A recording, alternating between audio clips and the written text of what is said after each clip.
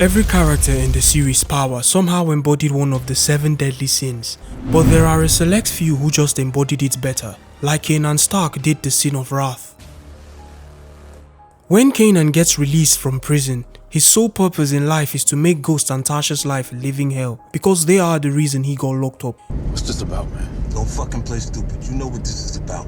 It's payback time.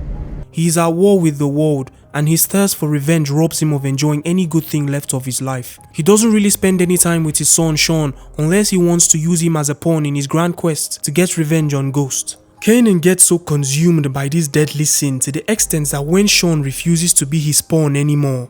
I ain't your motherfucking daddy. You don't deserve to be my son.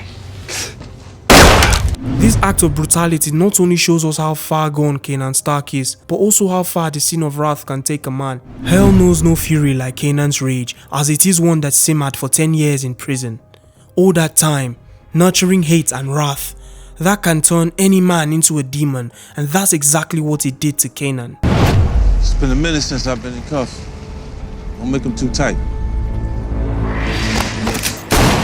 By season 4, Kanan evolves to manipulating Tariq, aiming to draw a wedge between Tariq and his father. Initially, he intends to exploit Tariq as a bargaining chip, but Kanan ultimately spares him and ends up killing his cousin Jukebox to protect Tariq. This is a decision that is supposed to showcase Kanan's grudging sense of loyalty and twisted love towards Tariq, but even this bizarre love is gradually overshadowed by his obsession with taking down Ghost. Ultimately, Kanan's wrath is what blinds him to Tariq's betrayal, a betrayal that leads to his death. For Kanan, vengeance against Ghost was not just about reclaiming power, it was about tearing apart everything Ghost valued, one relationship at a time, just like Ghost did to so many others, courtesy of greed. Ghost's greed is as insatiable as it is dangerous. For him, everything is about having more power, more control, more subscribers, and more love, even if it means tearing his life apart. His greed even somehow wove its way into his relationship with Angela and Tasha. In season 1, Ghost reconnects with Angela Valdez, the love of his teenage years, but instead of leaving his wife Tasha, he wants both women. He dives into an affair with Angela, hoping she'll help him escape the drug game and build a legitimate life.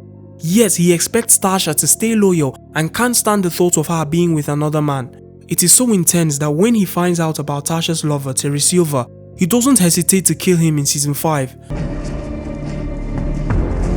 But his greed and avarice doesn't stop at his bizarre love life. It also spreads like a malignant tumor to his eccentric careers as a kingpin, club owner, and politician. Great club you got out there. Thank you. I'll put you on the list. Maybe you can bring your girlfriend by sometime. Originally partnered with Tommy and mentored by Kanan, Ghost grows tired of splitting power and taking matters into his own hands. His climb to the top of the drug game begins when he murders Breeze. I killed Breeze because he got in the way of my future. This is what greed does to a man. He never wants to share his throne, not even with those who helped him get there. This ruthless streak even impacts Ghost's legitimate endeavors. His nightclub truth isn't just a business, it's his pathway to social respectability. Even when he tries to go fully legitimate by running for office, his past sins catch up with him.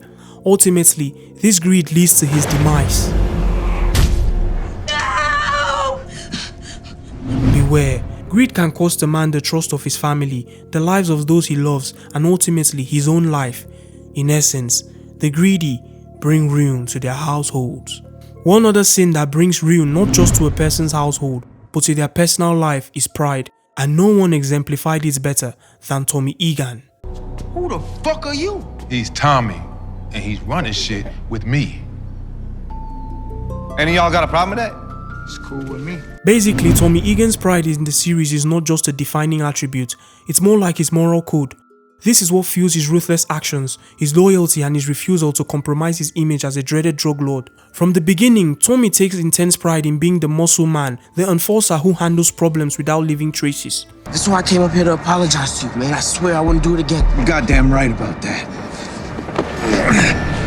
Uncle Tommy, what the fuck? While Ghost tries to juggle 2 lives, Tommy is proud to stay rooted in one, the drug game, seeing it as his true calling. His pride won't allow even the slightest slip-up go unpunished.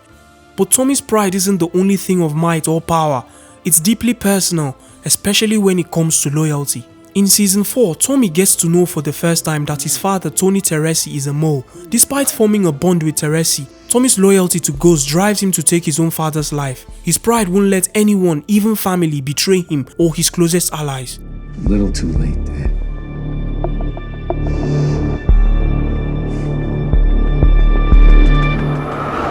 When he finds out about Holly's role in plotting to kill Ghost, he kills her too, showcasing his belief that loyalty and respect are non-negotiable even in matters of love. After years of loyalty and betrayal, Tommy and Ghost reach a breaking point, and despite the fact that Tommy resents Ghost for many things, his pride won't let him walk away quietly. The worst thing pride can do to a man is make him a heartless killer. Tommy's pride drives him to take lives without hesitation. For Tommy, pride was more than a sin, it was a weapon and ultimately a trap. A trap that Andre Coleman almost fell into because of how perfectly he embodied the sin of envy. Dre's envy towards Ghost is more than a feeling, it's a full-time job. From the beginning, Dre sees himself being drawn to Ghost's success but hates playing second fiddle, so he starts taking steps to rise up and replace him. I'm not here to kill you, man. We see this in how Dre goes for a major power play by betraying Julio, Ghost's right-hand man. With the help of the Toros Locos gang, he sets up Julio's betrayal murder, removing Ghost's most loyal soldier and positioning himself as a main player in the drug game. This smart but dangerous move is propelled by nothing but pure envy. Dre's envy even reaches another level when he starts undermining Ghost's authority from the inside. At some point, he manipulates Ghost's allies, trying to turn Tommy and Kanan against Ghost. Dre is convinced he deserves everything Ghost has and he'll betray anyone to get there. Dre's envy is a two-edged sword, and the blades become sharper when Ghost frames him for murder in season 6. Left with no choice, Dre once again finds himself running for dear life, but not without making one last attempt to take down Ghost, which bounces back at him. Fuck Ghost. Fuck Ghost. Ghost is dead, man. I saw that shit on the news. Man, I do shit for Ghost no more. Sometimes, what goes around often comes around with violence. For the young, impressionable Dre who barely knew the intricacies of the game, the obsession to outshine Ghost proved a difficult pill to swallow. Because of his envy, he schemed, backstabbed and climbed his way up in classic Dre style, making it all the way into Joyner Lucas's Broski rap music video. I guess even Joyner couldn't resist casting him to reprise the role he played so well. This is a perfect time to transition to the character who embodied the sin of gluttony. Because this man embodied the sin so well, I bet you don't even realize you're looking at the Kendrick Lamar. My nigga. Lacey's is one of the show's wildest characters, and even though he appears in only one episode, he brings the sin of gluttony to life in the most unexpected way. You see, we're not talking about food here. Lacey's gluttony is for crack, and his hunger for it knows no bounds.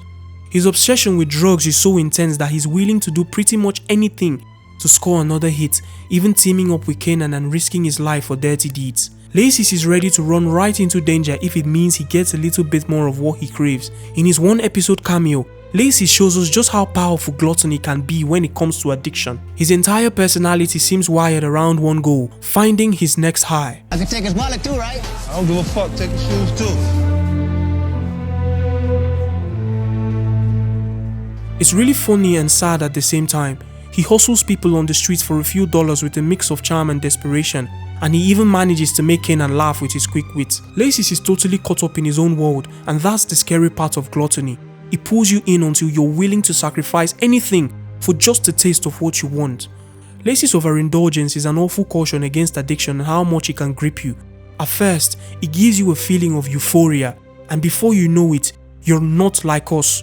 If you're not careful against gluttony of any kind, you might end up on the streets, meeting with the Grahams. Or is that where lust will lead you? Let's ask Angela Valdez. Angela Valdez embodies the sin of lust like no other because of her obsession with Ghost. This ends up risking everything for her career, reputation, and even the safety of those around her. How could you do this to me, Jamie? I could lose my fucking job! From the moment Angela reconnects with Ghost in season 1, she's pulled into an intense secretive relationship despite knowing he's married. Her desire for Ghost drives her to make increasingly reckless choices, ignoring the consequences of her actions on both her family and career as an attorney. We see Angela's loss becoming even more dangerous when she realizes that Ghost is in fact the drug lord she has been hunting. But instead of turning him in, she actively conceals evidence and warns him of federal operation, crossing ethical lines and violating her duty as a prosecutor. Your blatant disregard for the oath you took as an officer of the court is appalling. Thank you, Your Honor. By prioritizing her relationship with Ghost over her oath to the law, she not only jeopardizes her own career but also betrays her colleagues, especially Agent Greg Knox, who suspects her involvement. You know your boyfriend's dirty. He's going down, Angela, and I swear to God, you're going down with him. And ultimately loses his life as a result. Indeed, lust and greed are more gullible than innocence, and for Angela, her risky behavior fueled by lust would keep escalating into season 3. When Greg threatens to expose her, she chooses to protect Ghost again. It's just a matter of time until you're exposed. I really hope St. Patrick was worth it. Distancing herself from Greg and eventually finding herself cornered by the very investigation she once led. Her lustful obsession blinds her to the destructive path she's on, costing her both allies and her professional integrity. Miss Vallis, is all this true? Maybe if she'd put a little less energy into screwing Ghost, she would have noticed the red flags. She might have had enough sense to avoid a romance with a man as dangerous as Ghost. She might have seen Tommy before he pulled the trigger. She might have just survived the dangerous world of power. Up to now, you still don't even see me for who I really am. I'm you, Dad. Tariq St. Patrick is the embodiment of wasted potential in power. Despite being born into privilege, he takes the easy route, hiding in his father's shadow rather than blazing his own trail. Focusing on school or his future is a hard nut for Tariq to crack. He'd rather devote his time to his father's dangerous world, which lead him down a path of terrible decisions and tragic consequences. You deserve to die for what you did. And pull the trigger, motherfucker. Be a man. Go ahead, do it. Tariq's worst decision was to trust Ray Ray, a corrupt cop, along with Kanan and Brains. His involvement with their questionable dealing drags him even further into danger. Tariq's reckless action immediately causes the death of his very own twin sister, Raina. Raina had confronted Ray Ray to defeat Tariq, only to be shot and killed right in front of him. This heartbreaking scene reveals the cost of Tariq's slothful decisions and dependence on others to shelter him from responsibility. Had he done something when he needed to, maybe Raina would still be breathing. Tariq's inability to break out from his father's lifestyle becomes even more obvious. Though he appears conflicted at first, he eventually succumbs to the allure of the criminal world that Ghost worked so hard to keep him and his sisters out of. What do you want from me, Tariq? Huh? What do you want from me, boy? Teach me the motherfucking game, Ghost. However, unlike his father who chases power with staunch determination, Tariq is seen drifting along without direction or a clear path of his own. Don't get it twisted. You might have given me life, but you were never my fucking father. Tariq's character exemplifies how Sloth can hold someone back, causing them to take the easy way rather than strive for something greater. Ghost wanted him to be different, to stay out of trouble and lead a legitimate life, but Tariq, living in his father's shadow, couldn't resist the allure of that same existence.